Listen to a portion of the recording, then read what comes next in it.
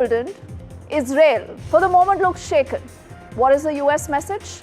For the moment, it's a little bloody, difficult to read through it. And in the shadows, you have Russia that is watching and smiling. Let's get you breaking updates on a story that is still developing fast. You have shots of celebration that have come in earlier from Tehran, and that's our first breaking update here on the show. These are people who've taken to the streets. Look at those images there. Right now coming in because Iran says that we have won this war.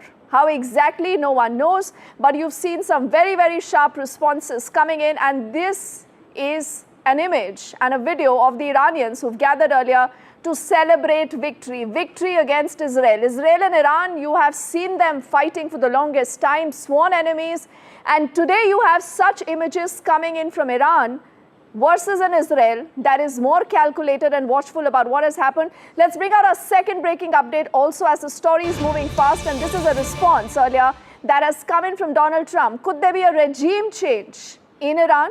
Where is the supreme leader? What about the nukes? Donald Trump answering all those questions. And no, if there was, there was, but no, I don't want it. I'd like to see everything calm down as quickly as possible. Did Iran make any commitments yesterday about uranium enrichment? About what? About uranium enrichment. They're not going to have enrichment, and they're not going to have a nuclear weapon, and they know that. They're going to get on to being a great trading nation. You know, they're very good traders.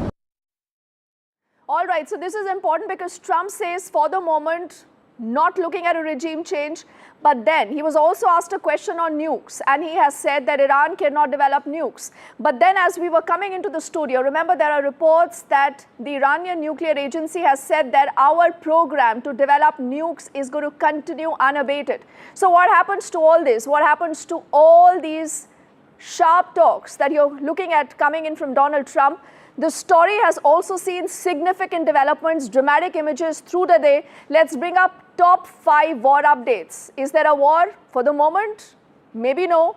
The conflict looks like there is some bit of a de-escalation there. But what has happened today? Let's bring up those details first up for you. You have seen a late night announcement of that truce that has come in from Donald Trump. How did that happen? Who all did he speak to? Why did he announce this now? I'm going to tell you about that in just a moment. This brings us to a second important detail again that's going to go up on your screen, something that has happened earlier today. Look at these images right now, and images of utter devastation. This is when Iran struck Beersheba. 4 people have lost their lives. And all this is happening after Donald Trump had announced that ceasefire between Israel and Iran.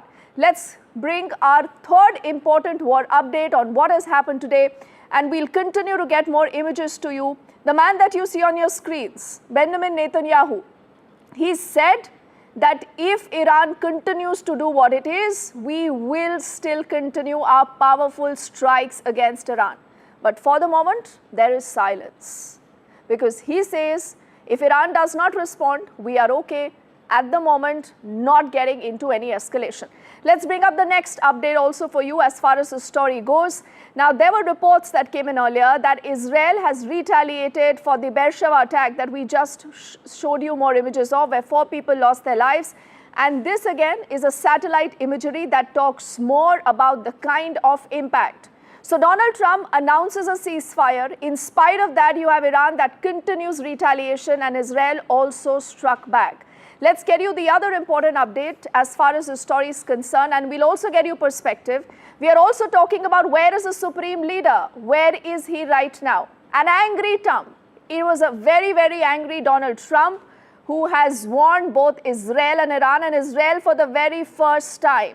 Why has he done this? What does this entail?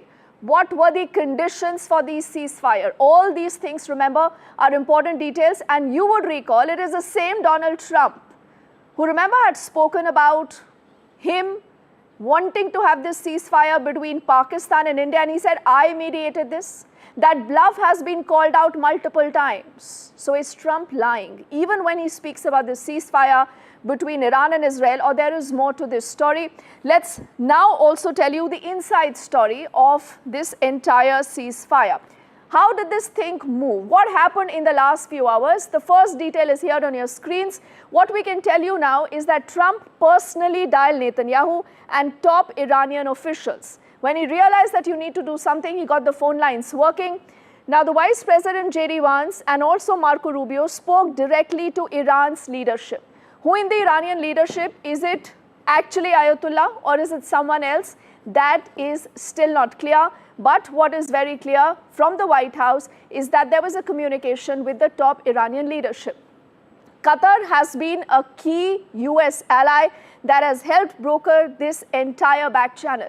We remember those images that came in from Qatar late last night of the airbase of the US that actually came under attack. And you had seen Qatar saying that any kind of escalation will be responded to. But then Qatar got into this entire mediation. The next important detail, Iran's condition has been very clear. They said a ceasefire only if Israel stops first.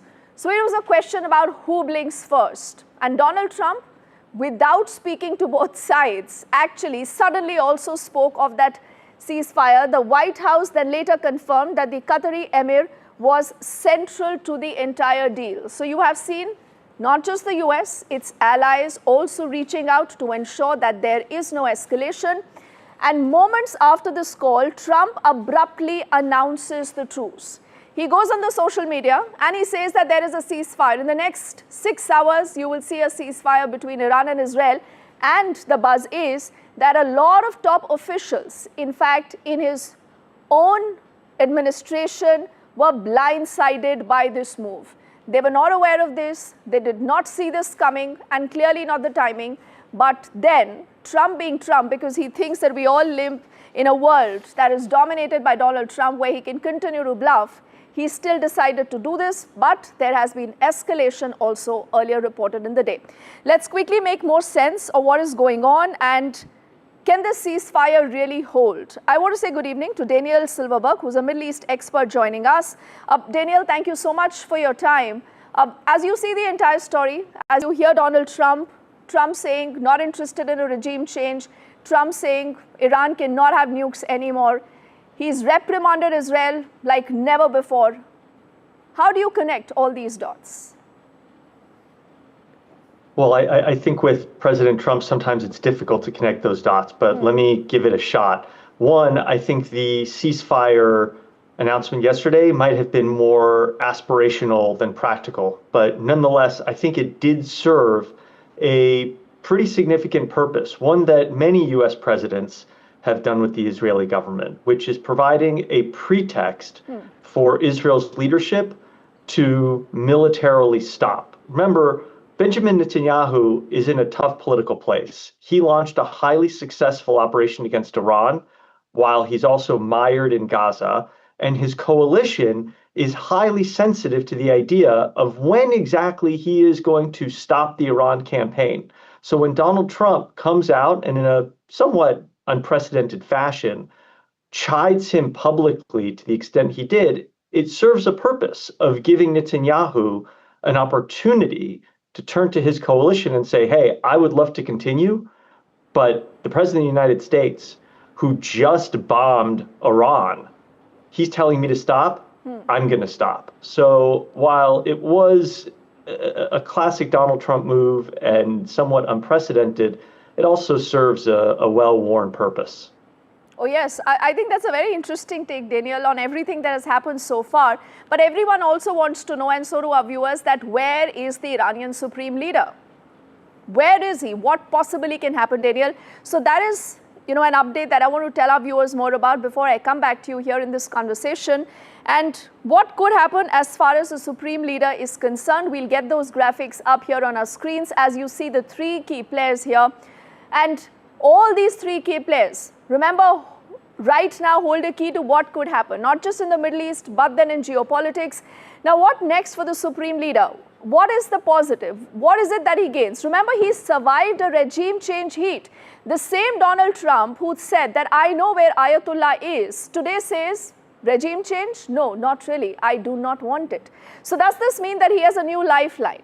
Let's get in the next gain as far as this entire escalation, the de-escalation is concerned. Many believe that he's stronger now in the eyes of the Iranians. He's actually consolidated his position. Could this help him? Could this mean that the entire conversation about a succession plan and everything else could tank? We do not know. But he's also, remember, being now framed as the man who actually stood up to the US and Israel. Look at the entire semantics. You have Ayatollah versus the US, Ayatollah versus Israel. And today, Iran, as we saw those images, you have people on the streets celebrating because they believe that he's come out stronger. He also has proven that Iran can strike deep inside Israel. What does this mean for the Iron Dome? What does this mean for a lot of technological advances also? Has he also silenced the exiled crown prince for now, who's away, and he's been speaking of a regime change? He's been saying that Ayatollah needs to step down. But clearly you've seen that entire thing for the moment being halted by even Donald Trump saying, I am not interested in a regime change. But then there is also the negative to the entire story. What really are the costs involved? That the nuclear ambitions possibly could have taken a major hit. Remember, there are 3 facilities that the US has been able to strike, though Iran continues to claim that it has not been good enough, no damage, any casualties have also been suffered, but the reports say otherwise. And the nuclear plan was a national pride. And that possibly could be under pressure.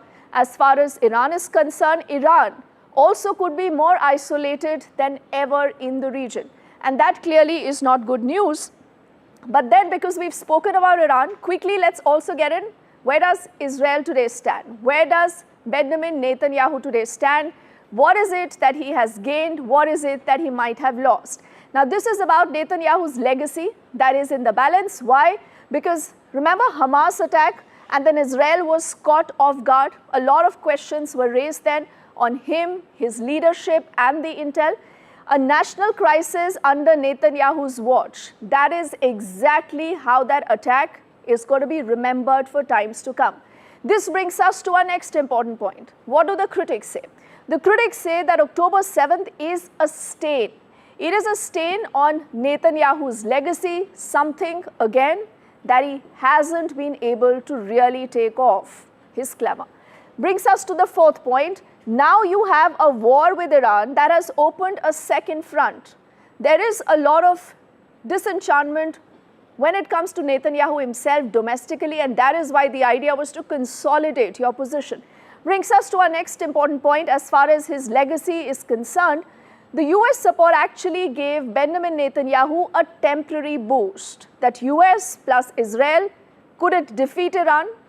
Maybe no, because everyone today is saying that we have won and no one has lost. But clearly this is also a perception battle that Israel is finding difficult to defend right now. And he had long warned that Iran is Israel's true threat. But then what happened? How did we see the ceasefire? On what conditions? Brings us to our 7th important point. Is this his redemption or his final gamble? Will we see Netanyahu accepting this ceasefire, accepting this truce, or this is just, like they say, a roadblock and you will see more coming? At home, the war may actually revive his sinking political fortunes. He might be able to bolster this, to seal his fortunes. But war crime charges and global pressure, all that continues to mount. And this could be difficult for Benjamin Netanyahu to actually sustain and to travel through. Brings us to our final point, which is the 10th point that you see on your screens. Can Netanyahu rewrite his legacy, or will the war destroy this? This is very significant. When you're talking of Iran and Israel, and whatever has happened between both the countries. Let's go back to Daniel. As far as this entire update about both Iran and Israel is concerned, Daniel, how do you see this? Would it be fair to say that Iran has come taller and Israel for the moment is looking shaky? I would not reach that conclusion. Let's talk about Iran first. No question that Iranian state media is putting out all kinds of videos celebrating their great achievement. It looks remarkably similar to what the Egyptian government put out in 1967, days after Israel had obliterated their air force.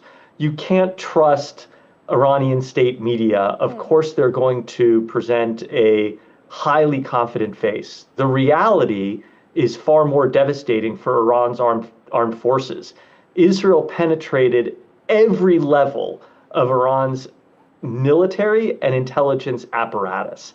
There were even video calls that were recorded and released of Israel calling Iranian generals and warning them to get out of their house. They knew where they lived.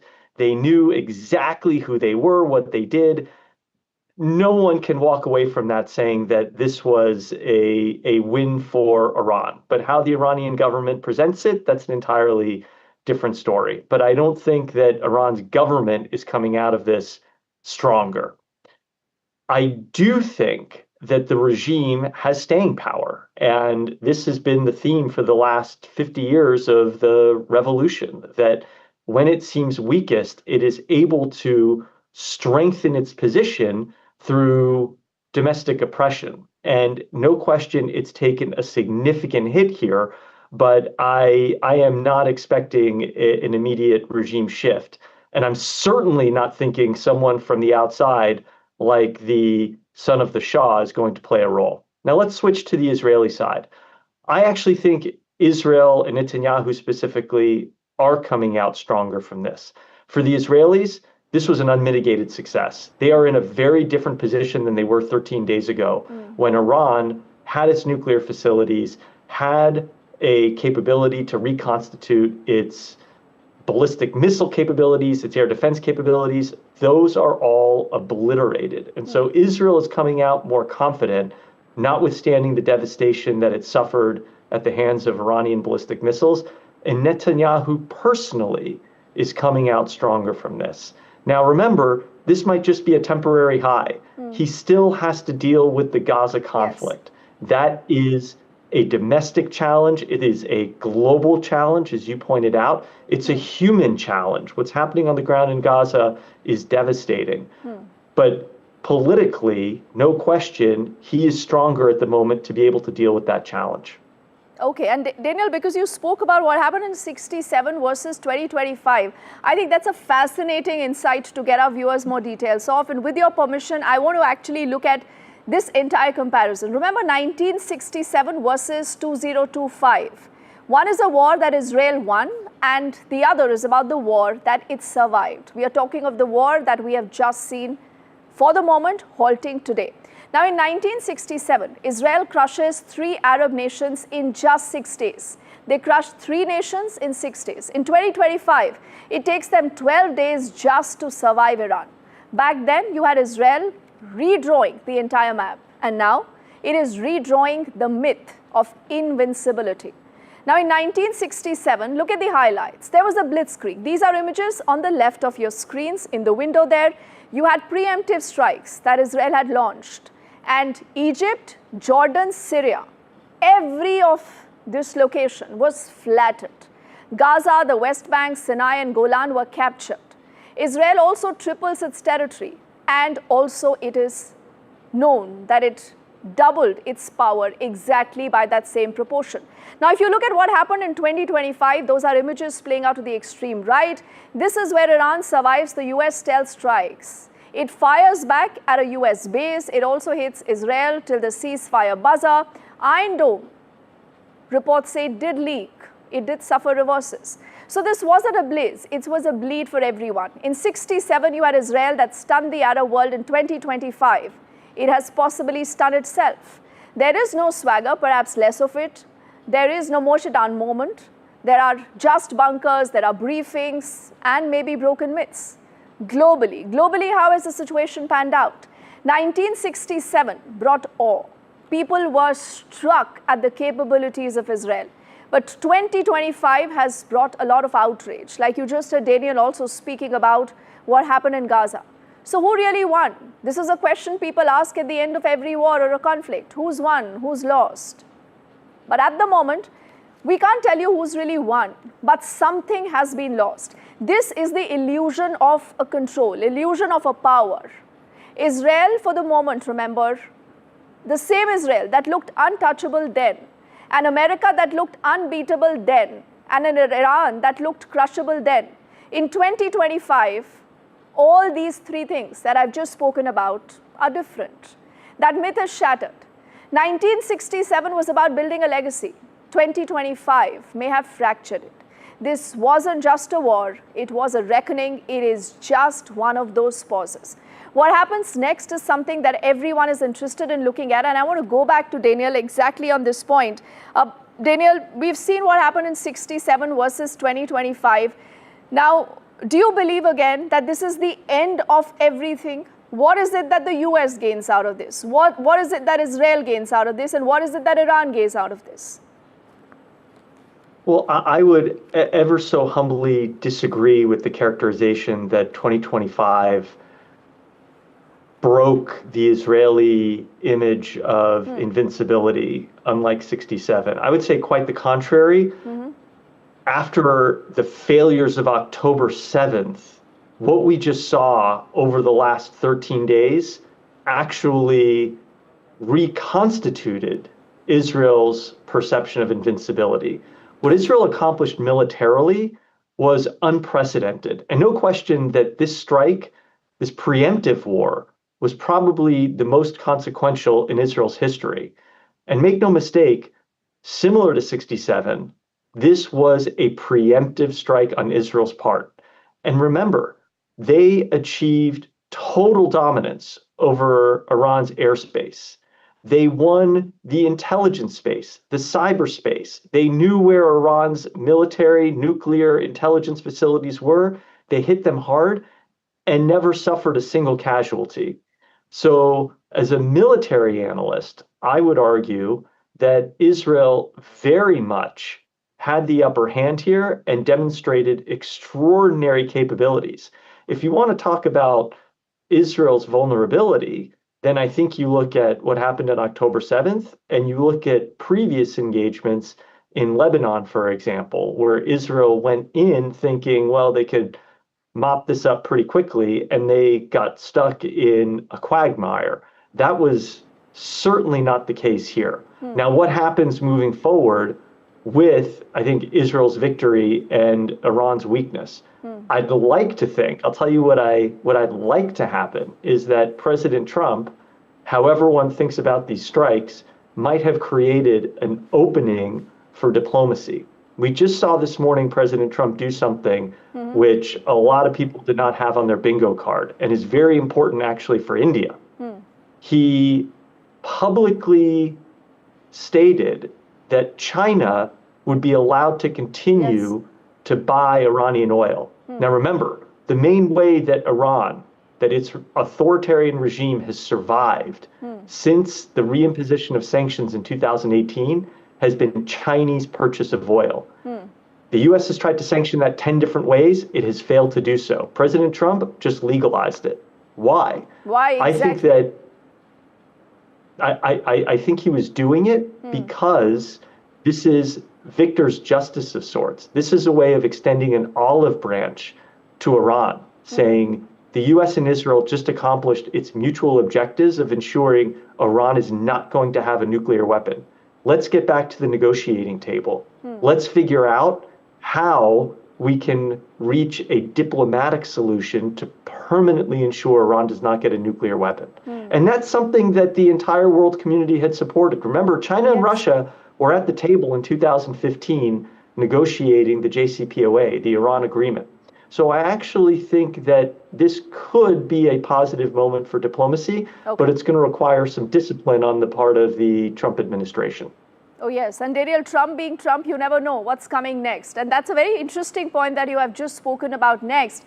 I mean, is this about a lot of things? The global axis changing. You have Donald Trump speaking for Iran, rebuking Israel, whatever that means. But only for one of time, I'm thanking you. But the promise is that we will continue to keep our viewers on top of that story. But I want to take a cue from what you've just heard from Daniel as far as the nukes are concerned. Now, could we be looking at a situation where the Iran says, oh, listen, we are giving up a nuke program? That isn't happening. But then what is the deal? What is the deal that Trump has been able to strike with Iran? What is it that Israel gets? Even as you look at all this, on your screens are more details of the IAEA, that is the International Atomic Energy Agency, and Iran, because there is a fallout. There could be a serious threat to the nukes, how you see Iran dealing with this. vis-a-vis what has happened in the last few hours. Because we just told you how the Iranian nuclear agency has said that we will continue with our program.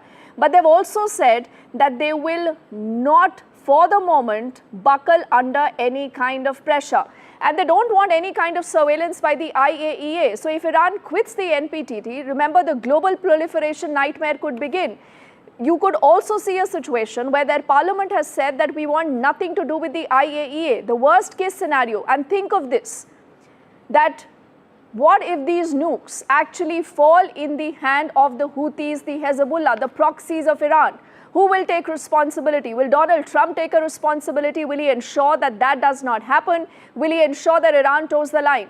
These are critical questions that no one still has an answer to, and that is why it's important to keep watching what happens on the story. All these three players, whether it is Donald Trump, whether it is Netanyahu, whether it is Ayatollah, they hold the key to what possibly could happen.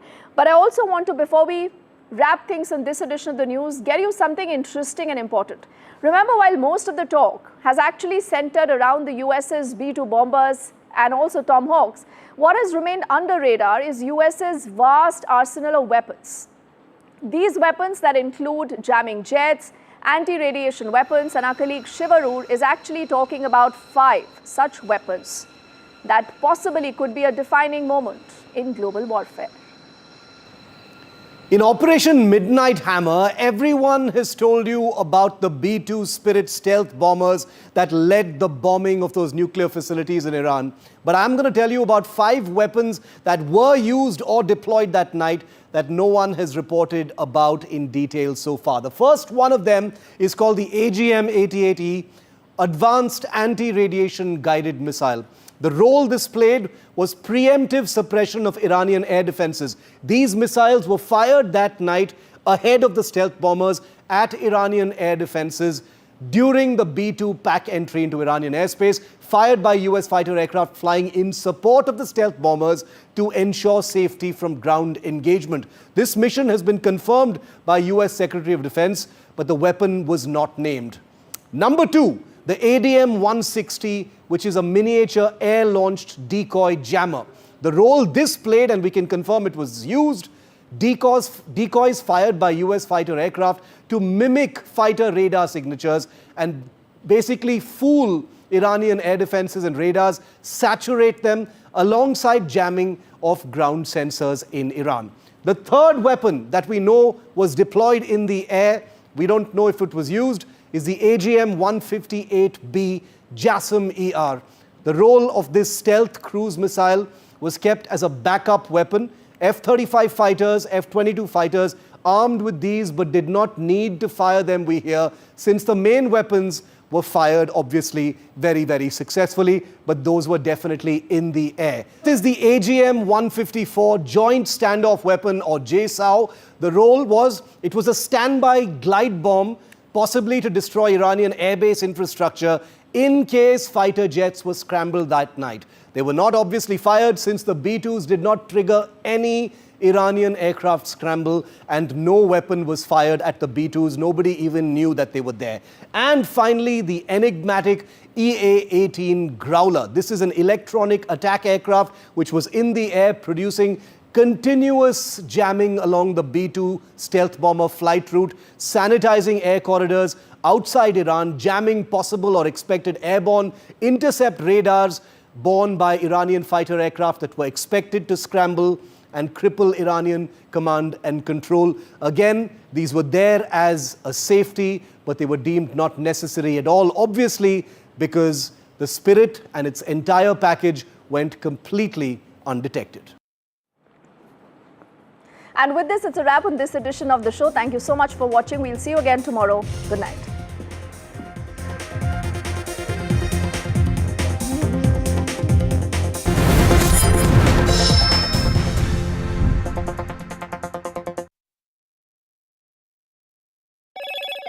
Hello, Moto.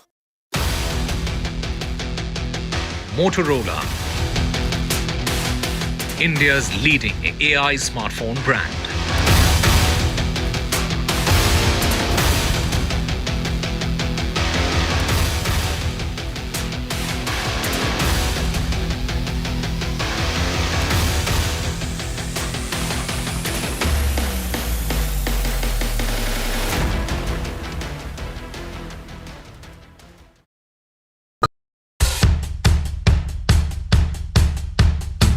Markets move fast. And so should your portfolio. Expert insights, real-time stock picks. Do I buy Ola? Should I hold CDSL for the long term? Buy, sell or hold.